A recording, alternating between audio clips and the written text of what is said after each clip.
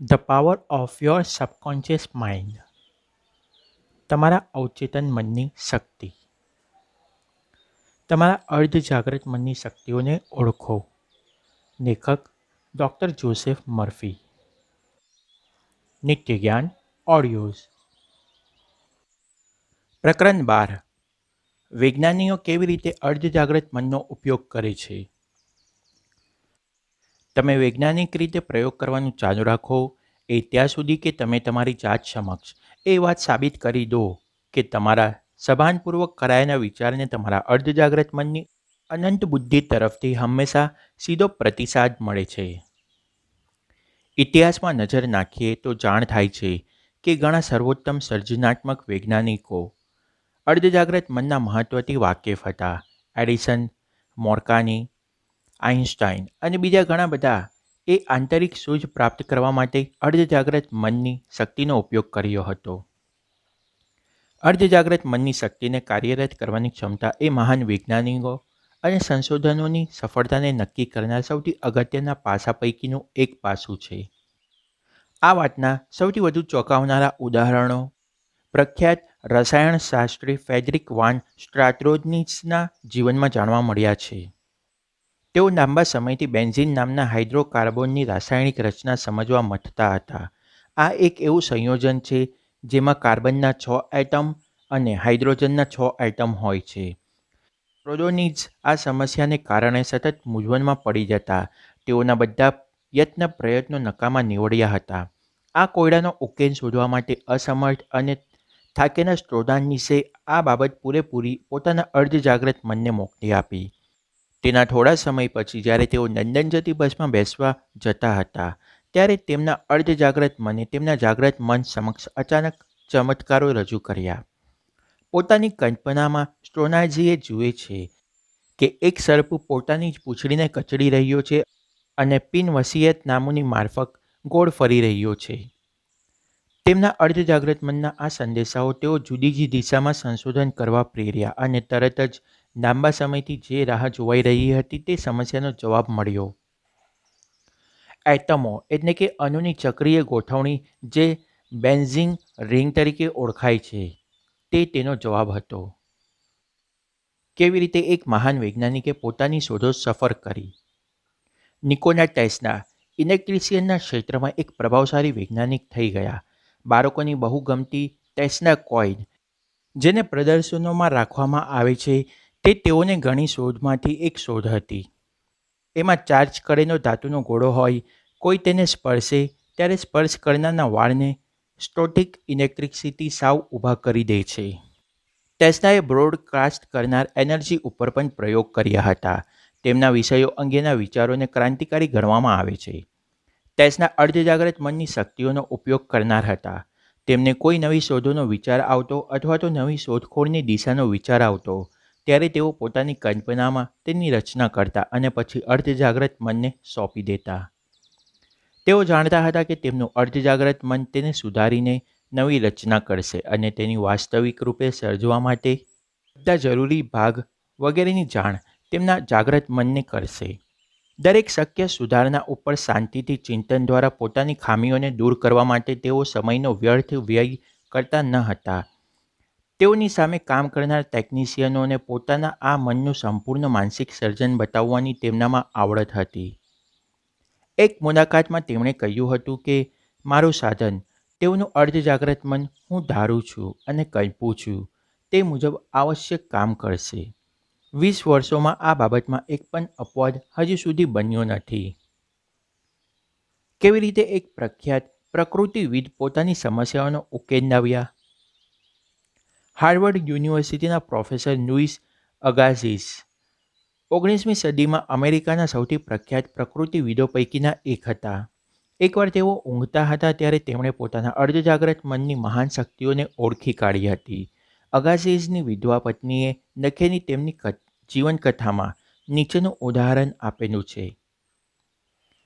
પથ્થરની એક શીલામાં સાચવી રાખેલી કોઈ માછલીના અવશેષની છાપ ઉકેલવા માટે તેઓ લગભગ 2 અઠવાડિયા સુધી મથેલા.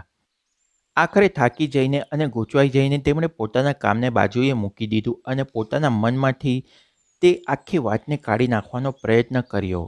તેઓ તે પછી સૂઈ ગયા અને જાગ્યા ત્યારે તેઓને પૂરી ખાતરી થઈ ગઈ હતી કે ઊંઘની સ્થિતિમાં તેમણે તે માછલીને પોતાના સંપૂર્ણ અંગો સાથેની સ્થિતિમાં જોઈ હતી. પરંતુ જ્યારે તેમણે તે ચિત્રને પકડવા અને તેની છાપ ઉપસાવવાની કોશિશ કરી, ત્યારે તે ચિત્ર તેમને છોડી ગયું.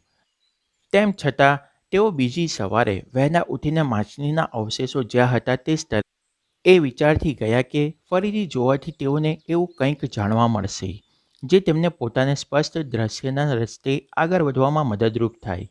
પણ વ્યર્થ, ભૂસાઈ ગયેલી નોંધ હંમેશાની જેમ કાળી ધબ્બ જ દેખાઈ. બીજી રાત્રે સ્વપ્નમાં તેમને ફરીથી માછલીને જોઈ, પરંતુ કોઈ સંતોષજનક પરિણામ વગર જ. જ્યારે તેઓ જાગ્યા ત્યારે પહેલેની જેમ જ તેઓની યાદદાસ્તમાંથી તે અદૃશ્ય થઈ ગઈ. ત્રીજી રાત્રે તેઓ સૂતા પહેલાં પોતાની પથારી પાસે પેન્સિલ અને કાગળ મૂકીને સૂઈ ગયા, એ આશાએ કે કદાચ ફરીથી તે માછલી દેખાઈ. અને ખરેખર સવાર થતાં પહેલાં તેઓને સ્વપ્નમાં ફરીથી માછલી દેખાઈ. પહેલાં તો તે અસ્પષ્ટ, ગૂંચવી નાખે તેવું દ્રશ્ય હતું, પણ આખરે એવી સ્પષ્ટ રીતે દેખાઈ કે પ્રાણીશાસ્ત્ર મુજબ તેને ઓળખ ચિહ્ન વિશે તેઓને કોઈ શંકા રહી નહીં. અર્ધ સ્વપ્નની અવસ્થામાં પૂરા અંધારામાં જ તેઓએ પથારીમાં પાસે મૂકેલા કાગળ ઉપર તેને આ ઓળખ ચિહ્ન દોડી કાઢ્યા. સવાર થઈ અને રાત્રે પોતે દોરેલી આકૃતિ જોઈ તેમને બહુ જ આશ્ચર્ય થયું, કેમ કે આટલી સ્પષ્ટ રીતે માછલીના અવશેષો પણ આમ દર્શાવાય તે અશક્ય હતું. તેઓ જલ્દી માછલીના અવશેષો જ્યાં હતા તે મુકામે પોતે દોરેલા ચિત્ર લઈને પહોંચી ગયા અને પથ્થરની સપાટીને કોતરી કાઢવા સફળ થયા, જ્યાં માછલીના અવશેષો છુપાયેલા પડ્યા હતા. જ્યારે તેઓએ માછલીના અવશેષો જોયા અને પોતે દોરેલું ચિત્ર જોયું તો બંનેનો બરાબર મેળ ખાતો હતો. તેઓ સહેલાઈથી તેનું વર્ગીકરણ કરવામાં સફળ થયા. કેવી રીતે એક ધુરંધર ચિકિત્સકે ડાયાબિટીસની સમસ્યા ઉકેલી. 1920ના દશકમાં ડૉક્ટર ફ્રેડરિક બેન્ટિંગ નામના એક પ્રખ્યાત કેનેડિયન ચિકિત્સકે અને સંશોધન થઈ ગયા હતા. તેઓએ ડાયાબિટીસથી થતી તકલીફો ઉપર પોતાનું ધ્યાન કેન્દ્રિત કર્યું હતું. એ સમયે મેડિકલ વિજ્ઞાનમાં આ રોગને કાબૂ કરવાની કોઈ પદ્ધતિ અસ્તિત્વમાં ન હતી. ડૉક્ટર બેન્ટિંગે આ રોગ ઉપર પ્રસિદ્ધ થયેલા વિશ્વભરના સાહિત્યનો અભ્યાસ કરવામાં ઘણો સમય કાઢ્યો હતો. તેઓએ અભ્યાસ કરેલા દરેક રસ્તો તેમને આખરે નકામા અંજામ ઉપર પહોંચાડતો હતો. એક આખા દિવસની મહેનત કર્યા પછી થાકીને એક રાત્રે તેઓ ઊંઘી ગયા. તેઓ ઊંઘતા હતા ત્યારે તેમના અર્ધજાગ્રત મને તેમને સૂચવ્યું કે તેઓ કૂતરાની સડી ગયેલી પેનક્રિયાસ ડક્ટમાંથી બચેલી વસ્તુઓના અર્ક કાઢે.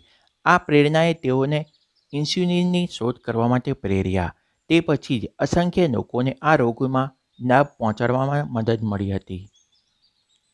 યાદ રાખો કે ડૉક્ટર બેન્ટિંગ જાગ્રત સભાન રીતે આ સમસ્યાનો ઉકેલ શોધવા માટે કેટલોય સમય મથ્યા હતા. તેમના અર્ધજાગ્રત મને તે મુજબ તેઓને પ્રતિસાદ આપ્યો હતો. તેનો અર્થ એ નથી થતો કે હંમેશા એક જ દિવસમાં જવાબ મળી જશે. કેટલોય સમય સુધી જવાબ ન પણ આવે, પણ હતાશ ન થતા. દરેક રાત્રે સૂતા પહેલાં તમારે તમારી સમસ્યા અર્ધજાગ્રત મનને હવાલે કરી દો, જાણે કે એ કામ તમે ક્યારેય કર્યું જ નથી તેમ. જો તમને ઉકેલ લાવવામાં ધીરનો અનુભવ થયો હોય તો કદાચ તમે જે પ્રશ્ન તમારા અર્ધજાગ્રત મન સમક્ષ મૂકવાનું વિચારી રહ્યા છો તે પ્રશ્ન મોટો હોય અને તેનો ઉકેલ લાવવામાં વધુ સમય લાગે તેમ હોય. આ બાબત આશ્ચર્યકારક નથી. આપણે બધા જાણીએ છીએ અને માનીએ છીએ કે આપણી સમસ્યાઓ વિકટ છે. જો તેમ ન હોત તો તે સમસ્યાઓ જ ન હોત. ખેર, આ ભૂલ છે. તમારો અર્ધજાગ્રત મન સમય અને સ્થાન વિહોણું છે એમ માનીને સૂઈ જાઓ કે જવાબ અત્યારે જ મળશે.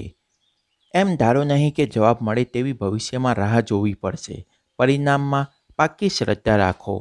આ પુસ્તક સાંભળી રહ્યા છો ત્યારે અત્યારે જ હવે પાક્કી ખાતરી રાખો કે તમારા જવાબ અને પૂરો ઉકેલ છે જ. તમારી ઈચ્છા પૂરી થાય તે પહેલાં જ તેને જોઈ લેવામાં આનંદ અને શાંતિનો અનુભવ કરો. તમારા મનમાં જે કોઈ માનસિક ચિત્ર છે તે તમે ઈચ્છા રાખેલા વસ્તુઓનું તત્વ છે અને નહીં જોઈની વસ્તુઓનો પુરાવો છે. જૂના નકશાઓના ભૂગોળ કે ટિપ્પણો જે ભગ્ન મંદિરોના અવશેષોના સ્મૃતિ ચિહ્નો હોય છે, તેના ઉપર ચિંતન કરતા વૈજ્ઞાનિકો ભૂતકાળના દ્રશ્યોની પુનઃરચના કરીને તેને ફરી તાજા અને જીવંત બનાવવા માટે સમર્થ હોય છે. તેઓનું અર્ધજાગ્રત મન તેમની મદદે આવે છે. જ્યારે તમે મૂંઝવાઈ જાઓ, ગૂંચવાઈ જાઓ, ભયભીત થઈ જાઓ અને શું કરવું તેની સમજ ન પડે ત્યારે યાદ રાખો કે તમારી પાસે તમારી અંદર એક માર્ગદર્શક બેઠો છે જે તમને દોરવણી આપશે, દિશા બતાવશે, તમને પૂરી યોજના બતાવશે અને કઈ રસ્તે કેમ જવું તે બતાવશે. કેવી રીતે એક વૈજ્ઞાનિક કોન્સન્ટ્રેશન કેમ્પ એટલે કે યુદ્ધ કેદીઓની છાવણીમાંથી ભાગી નીકળ્યો. ડૉક્ટર નોથર વાન બ્લેન્ક સ્મિથ નામના એક અસાધારણ ઇલેક્ટ્રિશિયન એન્જિનિયર બીજા વિશ્વયુદ્ધ દરમિયાન સોવિયત રશિયાના યુદ્ધ કેદીઓ માટેની જેલમાં કેદ હતા. તેઓ પોતાની મુક્તિ માટેનો અને પોતાનો જીવ બચાવવાનો યશ પોતાના અર્ધજાગ્રત મનને આપે છે. તેમના જ શબ્દોમાં તેઓની વાત સાંભળો. રશિયાની એક કોલસાની ખાણમાં હું યુદ્ધ કેદી હતો અને જેના કમ્પાઉન્ડમાં માણસોને મૃત્યુ પામતા જોતો હતો. અમારા ઉપર ગાટકી ગાર્ડો, ઉદ્ધત ઓફિસરો અને રશિયાના ચાલક ઉચ્ચ અમલદારો ચોકી પહેરો રાખતા હતા. ટૂંકી ડોક્ટરી તપાસને અંતે દરેક કેદીને કોલસાનો જથ્થો જવાબદારીના ક્વોટા તરીકે આપવામાં આવતો. મારો ક્વોટો રોજના 1500 પાઉન્ડનો હતો. જો કોઈ વ્યક્તિ આ ક્વોટાને પૂરો કરી શકે નહીં તો તેના ખોરાકમાં રાશનમાં કાપ મુકાતો અને આમ થોડા દિવસમાં માણસ કબ્રસ્તાનની કબ્રમાં આરામ કરતો થઈ જતો. મેં ત્યાંથી ભાગી જવા ઉપર મારા મનને કેન્દ્રિત કર્યું. હું જાણતો હતો કે મારું અર્ધજાગ્રત મન ગમે તે પણ રસ્તો શોધી કાઢશે. જર્મની સ્થિત મારા ઘરનો નાશ થઈ ગયો હતો. મારું આખું કુટુંબ લડાઈમાં મરણને શરણે થઈ ગયું હતું. મારા બધા સ્નેહીઓ અને મિત્રો કાં તો લડાઈમાં મૃત્યુ પામ્યા હતા કે પછી યુદ્ધ કેદીઓની છાવણીમાં કેદ હતા. મેં મારા અર્ધજાગ્રત મનને કહ્યું, મારે લોસ એન્જલિસ જવું છે અને મને ખાતરી છે કે તું રસ્તો શોધી કાઢીશ. મેં લોસ એન્જલિસના ચિત્રો જોયા હતા અને મને કેટલાય રસ્તાઓ તથા કેટલાય મકાનો સારી રીતે યાદ હતા. દરરોજ દિવસે અને રાત્રે હું કલ્પના કરતો કે વિન્શાયરમાં એક રસ્તા ઉપર હું એક અમેરિકન છોકરી સાથે ચાલી રહ્યો છું જે મને યુદ્ધ પહેલાં બર્લિનમાં મળી હતી. પાછળથી તે મારી પત્ની બની હતી. મારી કલ્પનામાં હું જોતો હતો કે અમે સ્ટોરોની મુલાકાતો લઈએ છીએ, બસમાં મુસાફરી કરીએ છીએ અને રેસ્ટોરન્ટમાં જમીએ છીએ. દરેક રાત્રે હું મારી કાલ્પનિક અમેરિકન મોટરગાડી હંકાવતો અને લોસ એન્જલિસના રસ્તાઓ ઉપર કાલ્પનિક આવાગમન કરતો. મેં આ બધાને તાદસ અને જાણે સાચું બનાવી દીધું. મારા મનમાં આ ચિત્રો એટલા જ સાચા લાગતા જેટલા જેલની બહાર ઊંઘેલા વૃક્ષો સાચા લાગતા. હવેની વાત સાંભળો. રોજ સવારે ગાર્ડ બધા કેદીઓને કતારમાં ઊભા રાખી ગણતરી કરતો. તે બોલતો 1, 2, 3. મારો નંબર 17 હતો. તે જ્યારે 17 બોલે ત્યારે હું એક બાજુ ખસી ગયો અને બરાબર એ સમયે ગાર્ડને કોઈએ બૂમ પાડી એટલે તેને ત્યાં જવું પડ્યું. પાછા આવીને ગાર્ડે ભૂલથી બીજા જ કેદીને 17ના આંકડાથી સંબોધન કર્યું. ખાણ પરથી કામ કરીને બધા પાછા આવ્યા ત્યારે માણસનો આંકડો બરાબર હતો. હું ખૂટતો હતો. પણ તે મારી ખોટ શી ખબર, પણ તેઓને જણાઈ જ ન હતી અને તે અંગે શોધ તો ઘણા દિવસો પછી થઈ. એ દિવસે કોઈ ન જુએ તેમ હું કેમ્પની બહાર નીકળી ગયો અને 24 કલાક સુધી ચાલ્યા જ કર્યું. એક ઉજ્જડ શહેરમાં થોડી વાર આરામ કર્યો. હું માછલીઓ અને નાના પ્રાણીઓનો શિકાર કરીને જીવી શક્યો હતો. મને તે સમયે પોલેન્ડ જતી કોલસાની ટ્રકો મળી અને રાત્રે તે ટ્રકો પકડીને ચોરી છુપીથી હું પોલેન્ડ પહોંચી ગયો. મારા કેટલાય મિત્રો ત્યાં હતા. તેઓની મદદથી હું સ્વિટ્ઝરલેન્ડના ન્યુઅર્સન મુકામે પહોંચ્યો. ન્યુઅર્સનની પેલેસ હોટલમાં એક સાંજે મારે એક અમેરિકન પુરુષ અને તેની પત્ની સાથે વાતચીત થઈ. આ લોકોએ મને કેલિફોર્નિયાના સાન્ટા મોનિકા આવીને તેમના ઘરે મહેમાન થવાનું આમંત્રણ આપ્યું. મેં તેનો સ્વીકાર કર્યો અને જ્યાં સુધી હું લોસ એન્જલિસ પહોંચ્યો ત્યારે મેં જોયું કે તેમનો શોફર મને વિન્શાયરના રસ્તે અને બીજા ઘણા રસ્તાઓ ઉપર લઈ ગયો. જે રસ્તાઓ મેં રશિયાની કોલસાની ખાણની કેદ વખતે મહિનાઓ સુધી કલ્પનાની આંખે જોયા હતા. જેમ જેમ હું રસ્તા અને મકાનો જોતો ગયો તેમ મેં કલ્પનામાં જોયેલા તે મકાનોને ઓળખી કાઢ્યા. મને એવું લાગ્યું કે જાણે હું આ પહેલાં લોસ એન્જલિસ આવી ગયો હતો. મારો ઉદ્દેશ્ય સિદ્ધ થઈ ગયો હતો. એક વાત મને કહેવા દો કે મારા અર્ધજાગ્રત મનની અજાયબીઓથી આશ્ચર્ય પામવાનું હું ક્યારેય ચૂકીશ નહીં. સાચે જ, તે અર્ધજાગ્રત મન એવા બધા જ રસ્તાઓ જાણે છે જેની આપણને ખબર સુદ્ધાય હોતી નથી. કેવી રીતે આર્કિયોલોજિસ્ટ અને પેલિયોન્ટોલોજિસ્ટે પ્રાચીન દ્રશ્યોને ફરી તાજા કર્યા. તમારા અર્ધજાગ્રત મન પાસે માનવજાતિના ઇતિહાસમાં બનેલી દરેક વાત કે બનાવની યાદદાસ્ત છે. જૂના ખંડેરો અને પ્રાચીન સંસ્કૃતિઓમાં ભૂતકાળમાં વસી ગયેલા લોકો દ્વારા છોડી દેવામાં આવેલી ચીજ વસ્તુઓનો અભ્યાસ કરતા આર્કિયોલોજિસ્ટ એટલે કે પુરાતત્વવેદાઓ પોતાના કામમાં કાલ્પનિક દ્રશ્ય દર્શનનો અદ્ભુત ઉપયોગ કરી શકે છે. તેઓનું અર્ધજાગ્રત મન પ્રાચીન દ્રશ્યોને તાજા કરવાની તેમની આવડતમાં મદદ કરે છે. મળેલા ભૂતકાળ ફરી એકવાર સજીવ થઈ જાય છે. જૂની પ્રાચીન ઇમારતોના ટુકડા કે ખંડેરો તેને જોઈને કે પહેલાંની સંસ્કૃતિઓનો અને સભ્યતાના માટીકામ, મૂર્તિકલા, શિલ્પ સાધનો, ઘર વખરી કે વાસણોનો અભ્યાસ કરીને વૈજ્ઞાનિકો વૈશ્વિક મનની સર્વસામાન્ય ડેટા બેન્કો મારફતે એ જાણી શકે છે કે કેવી રીતે, ક્યારે અને શા માટે આ વસ્તુઓ પેદા કરવામાં આવી હતી. વિજ્ઞાનની તીવ્ર એકાગ્રતા અને શિસ્તબદ્ધ કલ્પના કરવાના ગુણો તેઓના અર્ધજાગ્રત મનમાં સૂતેલી શક્તિઓને જગાડે છે. તેઓ કલ્પનાની આંખે અને આ શક્તિના જોરે બચેલા અવશેષોને સંપૂર્ણ થઈ ગયેલા અને ચાલતા હાલતા જોઈ શકે છે. ભૂતકાળ જાણે જીવન વર્તમાન કાળમાં બદલાઈ જાય છે. તે સમયે મનમાં નથી હોતો સમય કે નથી હોતો સ્તર. શિસ્તબદ્ધ, સંયમિત અને માર્ગદર્શન મેળવેલી કલ્પના દ્વારા તેઓ તમામ યુગના મહાન વિચારકોની સમકક્ષ પહોંચી જાય છે. તમારા અર્ધજાગ્રત મન પાસેથી કઈ રીતે માર્ગદર્શન પ્રાપ્ત કરવું. તમે જે વિચારો છો તે વિચારની રચના કરવાનો નિર્ણય આમ તો મુશ્કેલ ભર્યો છે, પરંતુ તેનો ઉપાય છે. તમારી સમસ્યાના ઉકેલમાં તમે નિષ્ફળ જાઓ અથવા તમને એમ લાગે ત્યારે તરત જ તે અંગે રચનાત્મક વિચારવાનું શરૂ કરી દો.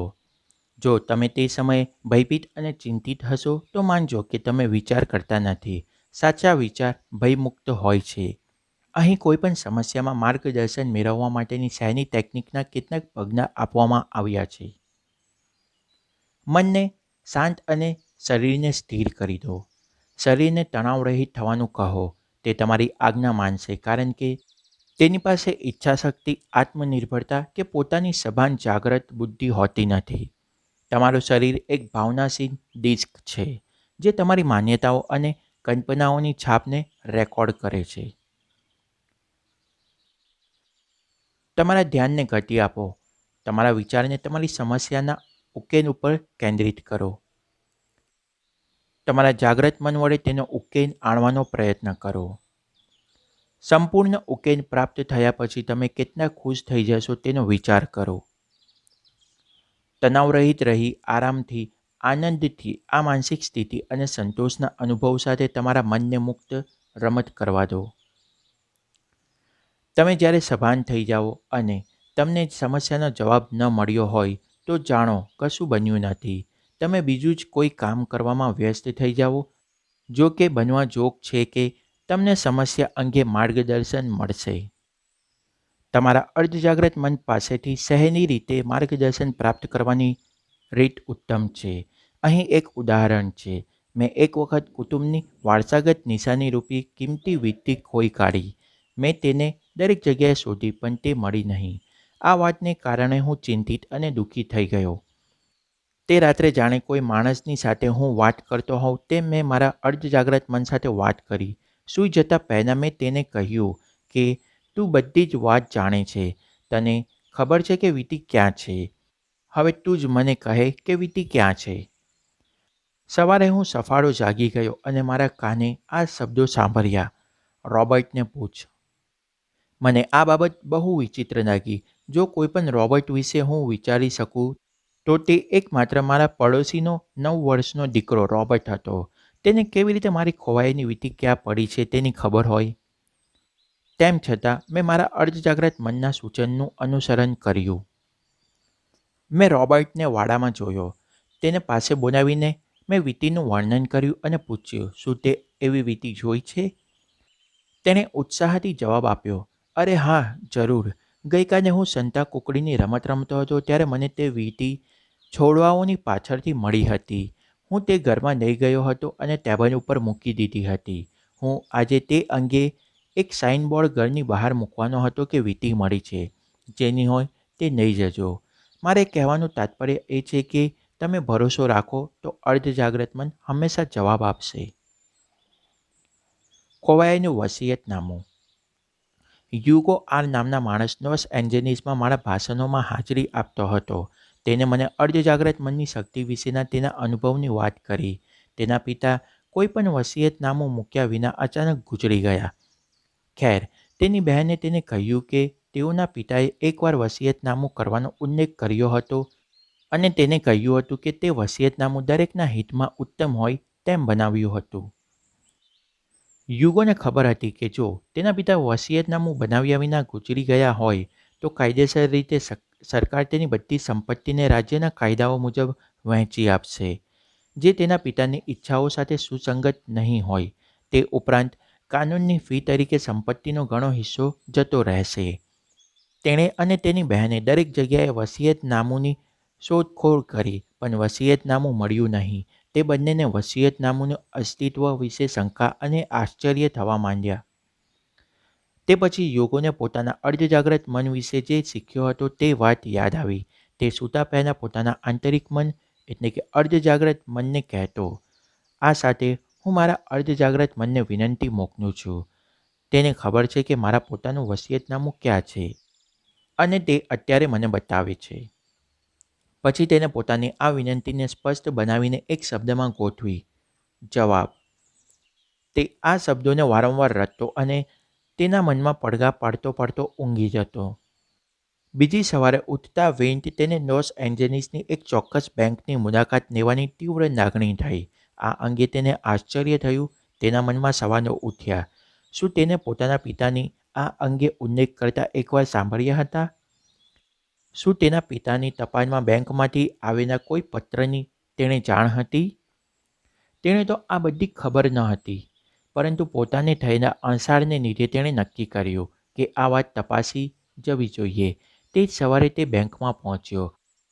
વાતચીત પછી બેંકના ઓફિસરે સમર્થન કર્યું કે વોલ્ટમાં તેના સ્વર્ગસ્થ પિતાને નામે રજીસ્ટર થયેલું એક સેફ ડિપોઝિટ બોક્સ હતું. જ્યારે બોક્સને ખોલવામાં આવ્યું ત્યારે તેમાં તેના પિતાનું વસિયતનામું મળી આવ્યું. તમે સૂવાની તૈયારી કરો ત્યારે તમારો વિચાર તમારી અંદર રહેલી શક્તિઓને જાગૃત કરે છે. ધારો કે તમારે તમારું ઘર વેચવાનું છે, કોઈ ખાસ શેર કે સ્ટોક ખરીદવાનો છે, ભાગીદારથી અલગ થવું છે, ન્યૂયોર્ક રહેવા ચાલ્યા જવું છે, ચાલુ કોન્ટ્રાક્ટ રદ કરવો છે કે પછી નવો કોન્ટ્રાક્ટ કરવો છે. હવે માની લો કે આમાંથી કંઈ પણ કરવાની તમને સમજણ પડતી નથી, તો મારી સલાહ છે કે તમે આમ કરો. તમે શાંતિપૂર્વક આરામ ખુરશીમાં કે તમારી ઓફિસની ડેસ્ક ઉપર બેસો. યાદ રાખો કે ક્રિયા અને પ્રતિક્રિયા એ વૈશ્વિક નિયમ છે. ક્રિયા એ તમારો વિચાર છે, પ્રતિક્રિયા એ તમારા અર્ધજાગ્રત મનથી આવતો પડઘો છે. તમારું અર્ધજાગ્રત મન પ્રતિક્રિયા આપનાર અને તે મુજબ ક્રિયા કરનાર વસ્તુ છે. આ તેનો સ્વભાવ છે. તે તરત જવાબ વાળે છે.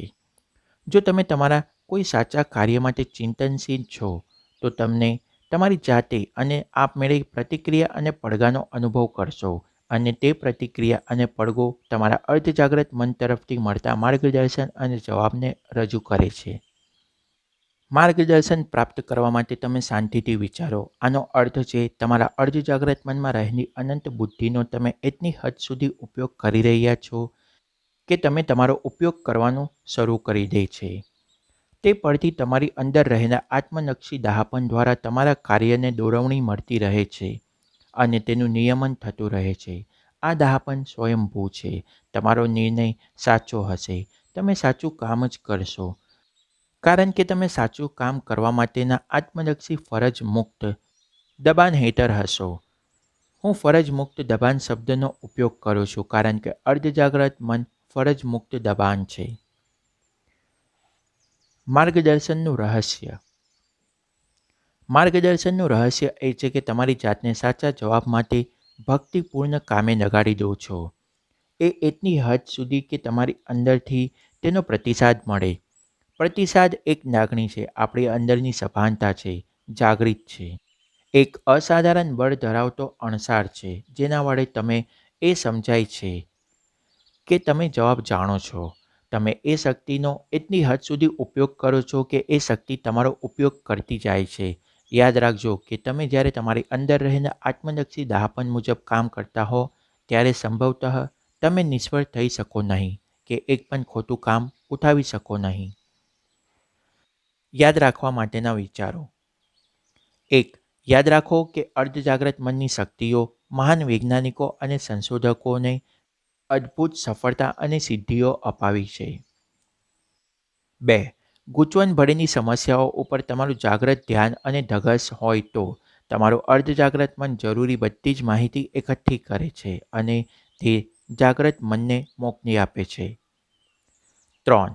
જો તમને સમસ્યાના જવાબમાં શંકા કે ગૂંચવણ હોય તો તેને વસ્તુલક્ષી રીતે ઉકેલવાનો પ્રયત્ન કરો. સંશોધન કરીને અને બીજા લોકો પાસેથી તમે મેળવી શકો તે બધી માહિતી મેળવો. જો જવાબ ન મળે તો સૂતા પહેલાં એ સમસ્યા તમારા અર્ધજાગ્રત મનને સોંપી દો. તમને હંમેશા જવાબ મળશે, ક્યારેય નિષ્ફળતા નહીં મળે. 4. તમને દરેક વખતે એક રાતના ટૂંકા સમયમાં જવાબ મળી જાય તેમ નથી હોતું. તમારા અર્ધજાગ્રત મનને તમારી વિનંતી મોકલવાનું ચાલુ રાખો એ ત્યાં સુધી જ્યારે પ્રભાત થઈ જાય અને અંધારા ઓગળી જાય. 5. આ સમસ્યાને ઉકેલતા લાંબો સમય લાગશે અથવા તો આ મોટી સમસ્યા છે તેવો વિચાર કરવાથી તમે જવાબ મેળવવામાં ધીન પેદા કરો છો. તમારા અર્ધજાગ્રત મન પાસે તો કોઈ જ સમસ્યા જ નથી, તેની પાસે તો માત્ર જવાબ જ છે. 6. માની લો કે તમારી પાસે અત્યારે હા જવાબ છે તો જવાબ માટે આનંદ માનો અને જો તમને સંપૂર્ણ જવાબ મળી જાય તો કેવું અનુભવો તે બાબતનો આનંદ માનો. તમારું અર્ધજાગ્રત મન તમારી લાગણીનો પ્રતિસાદ આપશે. 7. જો કોઈ પણ માનસિક ચિત્ર શ્રદ્ધા, ધીરજ અને સબૂરીના પીઠબળવાળું હોય તો તે તમારા અર્ધજાગ્રત મનની ચમત્કારિક કાર્યશક્તિ મારફત વહેતું થઈ જશે. આ વાતમાં વિશ્વાસ રાખો. અર્ધજાગ્રત મનની શક્તિને માનો અને સાચે જ જેમ જેમ તમે પ્રાર્થના કરશો તેમ તેમ ચમત્કારો સર્જાશે. 8. તમારો અર્ધજાગ્રત મન યાદદાસ્તનો ભંડાર છે. તમારા અર્ધજાગ્રત મનમાં બાળપણથી માંડીને આજ સુધીના બધા જ અનુભવો રેકોર્ડ થયેલા છે. 9. પુરાતત્વવિદો પ્રાચીન અવશેષોને ભૂતકાળમાં હતા તેવા જ ફરી રચે છે કારણ કે તેમનું અર્ધજાગ્રત મન તેમને મદદ કરે છે. 10. સમસ્યાના ઉકેલ માટેની વિનંતીને સૂતા પહેલાં તમારા અર્ધજાગ્રત મનને સોંપી દો. તેનામાં વિશ્વાસ રાખો અને તેને માનો. તમને જવાબ મળશે. તે બધું જાણે છે અને તે બધું જુએ છે. માટે તમારે તેની શક્તિઓ માટે શંકા કે પ્રશ્ન કરવા જોઈએ નહીં. 11. ક્રિયા તો તમારો વિચાર છે અને પ્રતિક્રિયા તે તમારા અર્ધજાગ્રત મનનો પડઘો છે. જો તમારા વિચારો દાહપણ ભરેલા હશે તો તમારા કાર્યો અને નિર્ણયો પણ દાહપણ ભરેલા જ હશે. 12. લાગણીના રૂપે, આંતરિક સભાનતાના રૂપે કે બેકાબૂ આવેગમય અંશાળના રૂપે માર્ગદર્શનનું આગમન થાય છે જેનાથી તમને સમજાય છે કે તમે જાણો છો. સરળ શ્રદ્ધા રાખી તેનું અનુસરણ કરો. નિત્ય જ્ઞાન ઓડિયોઝ. તમને ખબર પણ ન પડે તેવી રીતે અને તેવા રસ્તે તમારો અર્ધજાગ્રત મન જવાબ આપે છે. જેમ કે તમે કોઈ પુસ્તકની દુકાને ગયા અને કોઈ પુસ્તક હાથમાં લીધું અને પાનું ખોલીને વાંચ્યું અને બને કે તમારા પ્રશ્નનો જવાબ ત્યાં હોય અથવા તમે કોઈની વાતચીત થતી સાંભળો અને તેમાં તમારી સમસ્યાનો જવાબ આવી જતો હોય.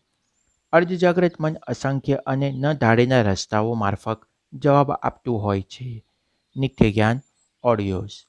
આગળના ઓડિયો બુકમાં આપણે જોઈશું પ્રકરણ 13 અર્ધજાગ્રત મન અને ઊંઘ વિશેના આશ્ચર્ય. The power of your subconscious mind. તમારા અવચેતન મનની શક્તિ. આ ઓડિયો બુક સાંભળવા બદલ તમારો આભાર. જો તમને આ ઓડિયો બુક ગમ્યો હોય તો આને લાઈક કરજો અને આગળ તમારા વોટ્સએપ ગ્રુપ અને અન્ય ગ્રુપમાં મિત્ર મંડળમાં શેર જરૂર કરજો. જો મારા માટે કોઈ સજેશન હોય તો કમેન્ટ જરૂર કરજો અને આવા વધુને વધુ વિડીયો મેળવવા માટે આ ચેનલને સબસ્ક્રાઈબ અને નોટિફિકેશન માટે બેલ આઇકન જરૂર ક્લિક કરજો. આ ઓડિયો બુક સાંભળવા બદલ તમારો આભાર. તમારો દિવસ શુભ રહે.